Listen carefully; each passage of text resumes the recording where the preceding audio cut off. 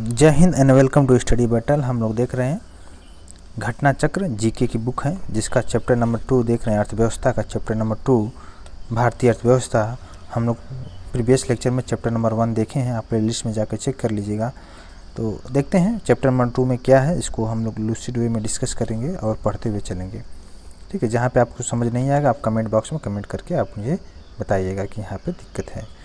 तो पहला जो है हमारा अर्थव्यवस्था उत्पादन, उपभोग, वितरण, आवंटन आदि गतिविधियों का एक समुच्चय होता है। तो ये क्लियर है।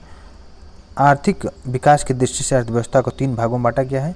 पहला विकसित अर्थव्यवस्था, दूसरा अल्पविकसित और तीसरा जो है विकासशील अर्थव्यवस्था।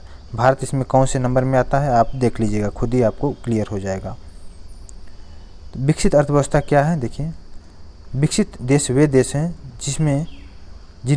जिनमें प्रति व्यक्ति आय अधिक होती है, देश के सकल घरेलू उत्पाद का स्तर, तकनीक तथा लोगों का जीवन स्तर उच्च होने के साथ साथ संरचनात्मक विकास बहुत अच्छा होता है, लेकिन जनसंख्या और बेरोजगारी का स्तर क्या होता है, कम होता है।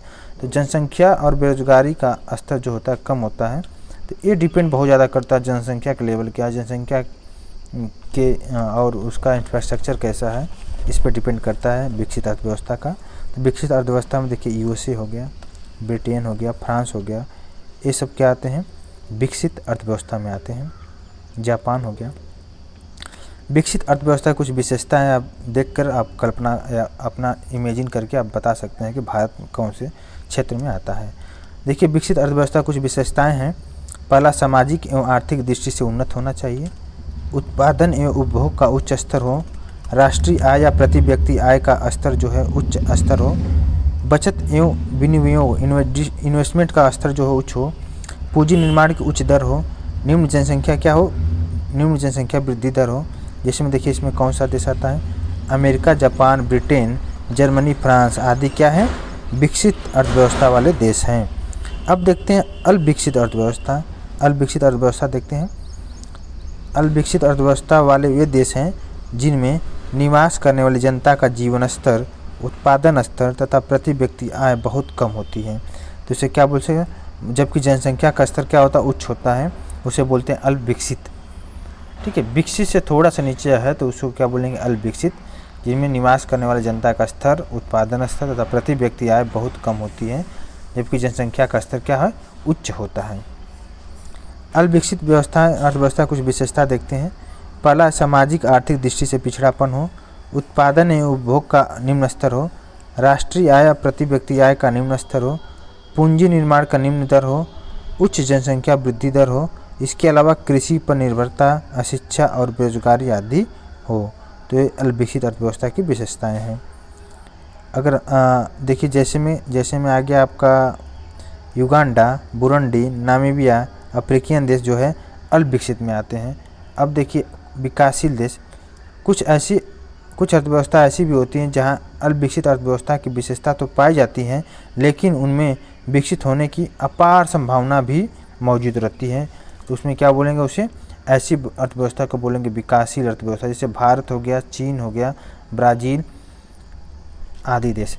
देखिए विकासशील से जस्ट नीचे अगर आप बात करो तो विकसित से अगर थोड़ा सा नीचे अगर बात करो तो विकासशील आ गया, और जो अल्पविकसित है वो विकासशील से भी नीचे है। मतलब अल्पविकसित है लेकिन अगर उसमें अपार संभावना होती है विकसित होने की तो वो विकासशील अर्थव्यवस्था में आता है। ठीक है, नेक्स्ट देखिए विश्व बैंक अर्थव्यवस्था का वर्गीकरण प्रति व्यक्ति सकल राष्ट्रीय आय के आधार पर करता है। उत्पादन पर नियंत्रण के आधार पर अर्थव्यवस्था को 3 श्रेणियों में बांटा गया है, पूंजीवादी अर्थव्यवस्था, समाजवादी अर्थव्यवस्था और तीसरा जो है मिश्रित अर्थव्यवस्था। तीनों ही बहुत इंपॉर्टेंट है। देखिए अब देखते हैं पूंजीवादी अर्थव्यवस्था, जो इंग्लिश में बोलते हैं कैपिटलिस्ट इकोनॉमी। पूंजीवादी अर्थव्यवस्था के अंतर्गत लाभ का उद्देश्य प्रधान होता है तथा उत्पादन निजी स्वामित्व के अधीन होता है। ठीक है, तो क्या हुआ, पूंजीवादी अर्थव्यवस्था के अंतर्गत जो है लाभ का उद्देश्य जो है प्रधान होता है तथा उत्पादन जो है निजी क्या होता है, निजी स्वामित्व के अधीन होता है। देखते हैं नेक्स्ट में क्या, पूंजीवादी अर्थव्यवस्था में उत्पादित वस्तु उत्पादन की मात्रा और पूंजी के मूल्य का निर्धारण बाजार करता है। इसके अलावा पूंजीवादी अर्थव्यवस्था को बाजार अर्थव्यवस्था या अनुयोजित अर्थव्यवस्था भी कहते हैं। इसके अलावा देखिए, पूंजीवादी अर्थव्यवस्था में सरकार की कोई आर्थिक भूमिका नहीं होती है, जैसे अमेरिका हो गया, यूके हो गया, स्विट्जरलैंड हो गया, हांगकांग हो गया, ये सब क्या है, सिंगापुर हो गया आदि देश की जो अर्थव्यवस्था है पूंजीवादी अर्थव्यवस्था है। ठीक है, इसमें सरकार की कोई भी भूमिका नहीं होती। देखिए, समाजवादी में क्या होगी, समाजवादी जो अर्थव्यवस्था है, सोशलिस्ट इकोनॉमी, इसमें मांग, पूर्ति तथा कीमत तथा उत्पादन आदि सरकार का नियंत्रण होता है। इसमें मांग, पूर्ति तथा कीमत पर। ठीक है, समाजवादी अर्थव्यवस्था को नियोजित अर्थव्यवस्था भी कहते हैं।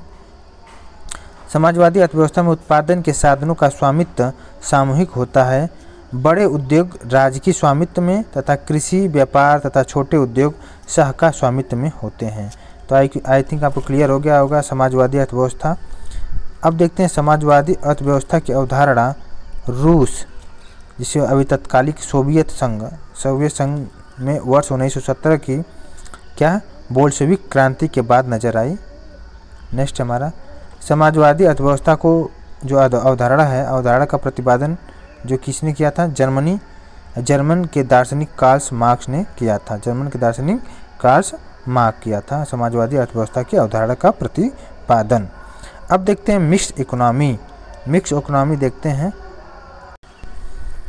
अब देखते हैं मिक्स्ड इकोनॉमी। मिक्स्ड इकोनॉमी में क्या है, मिश्रित अर्थव्यवस्था में सार्वजनिक एवं निजी क्षेत्र का स्वामित्व साथ साथ विद्यमान होता है। इसमें देखिए, सार्वजनिक भी होगा और निजी क्षेत्र का जो स्वामित्व होगा दोनों साथ होगा। जो भारत की इकोनॉमी है, भारत की इकोनॉमी मिक्स इकोनॉमी है। ठीक है, मिक्स्ड इकोनॉमी है, सार्वजनिक भी है और निजी क्षेत्र भी है, दोनों क्षेत्र है इसमें। ठीक है, अब देखिए इसमें नेक्स्ट में देखते हैं मिश्रित अर्थव्यवस्था पूंजीवादी और राज्य अर्थव्यवस्था का सम्मिलित रूप है।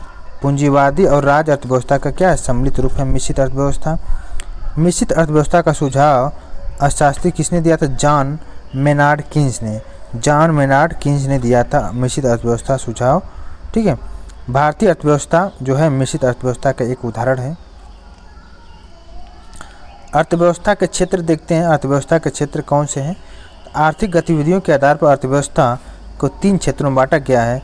पहला है प्राथमिक क्षेत्र, दूसरा है द्वितीयक क्षेत्र और तीसरा है तृतीयक क्षेत्र।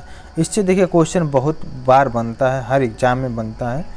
तो पूछ देगा, कुछ सेक्टर का नाम दे देगा, पूछेगा कौन से क्षेत्र से ये आता है।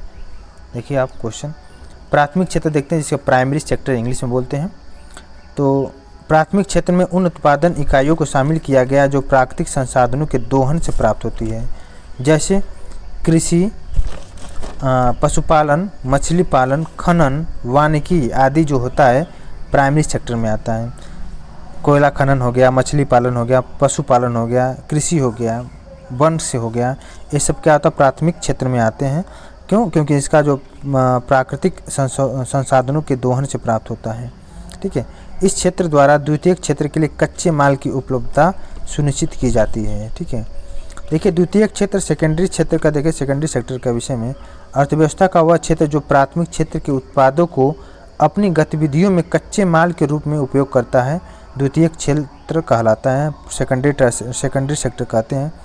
जैसे कारखाने निर्माण हो गया, कारखाने निर्माण, बिजली उत्पादन और जल आपूर्ति आदि द्वितीयक क्षेत्र के उदाहरण हैं। देखिए कारखाने हो गया, निर्माण, बिजली उत्पादन हो गया, जल आपूर्ति हो गया, ये सब सेकेंडरी सेक्टर में आते हैं। द्वितीयक क्षेत्र को क्या बोलते हैं, औद्योगिक क्षेत्र भी कहते हैं। द्वितीयक क्षेत्र क्या बोलते हैं, औद्योगिक क्षेत्र भी कहते हैं। अब देखते हैं टर्सरी सेक्टर, जिसे बोलते हैं तृतीयक क्षेत्र। तृतीयक क्षेत्र किसको बोलते हैं, सेवा क्षेत्र को बोलते हैं। तृतीयक क्षेत्र में विभिन्न सेवाएं प्रदान करने वाली इकाइयाँ शामिल होती है, जैसे परिवहन हो गया, शिक्षा हो गया, बैंकिंग हो गया, रेलवे हो गया, बीमा हो गया, होटल हो गया, चिकित्सा, पर्यटन, सरकारी प्रशासन, वित्त आदि जो होता है इसके उदाहरण हैं टर्सरी सेक्टर के। तो आई थिंक क्लियर हो गया होगा। नेक्स्ट लेक्चर में हम लोग देखेंगे economic growth and economic development. इसके अलावा देखेंगे पूरे इसको डिटेल्स में देखेंगे, क्योंकि चैप्टर बहुत बड़ा होगा, तो इसको हम लोग नेक्स्ट लेक्चर में रखेंगे। तो अभी के लिए बस इतना ही रखते हैं। Thank you so much.